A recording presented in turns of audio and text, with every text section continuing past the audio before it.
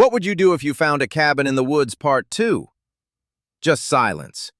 The kind of silence that presses against your ears until you start hearing your own breathing too loudly. Around midnight, Nate and Jonah went outside to start a fire in the pit behind the cabin. Elise stayed inside to make more drinks, and Mara and I sat at the table playing cards.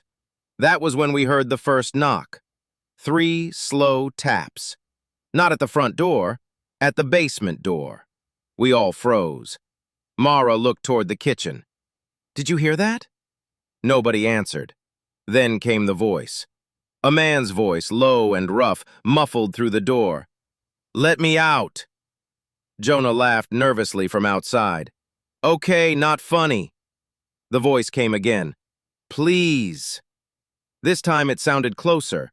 Not louder, closer. I could feel my skin tightening, my stomach turning cold.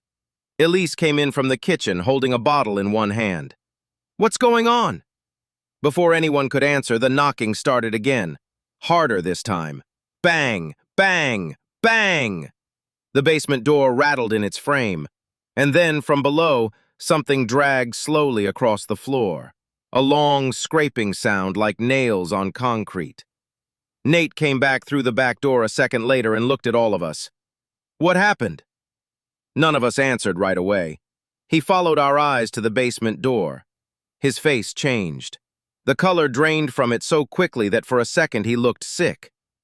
"Was that there before?" he asked. There was no need to clarify what he meant.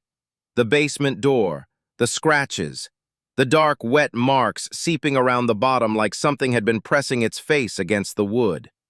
No one moved. Then the voice spoke again, this time from inside the walls. "Don't let it hear you." Mara screamed and dropped her glass. Jonah burst back inside through the rear door, pale and breathless. "Something's outside," he said. "I saw it between the trees." "What?" Nate snapped. "I don't know," Jonah said. "It was standing there just past the firelight. It didn't move when I looked at it." The cabin seemed to shrink around us. Elise grabbed the flashlight from the counter and pointed it toward the window. At first, all we saw was black glass and the reflection of our own faces.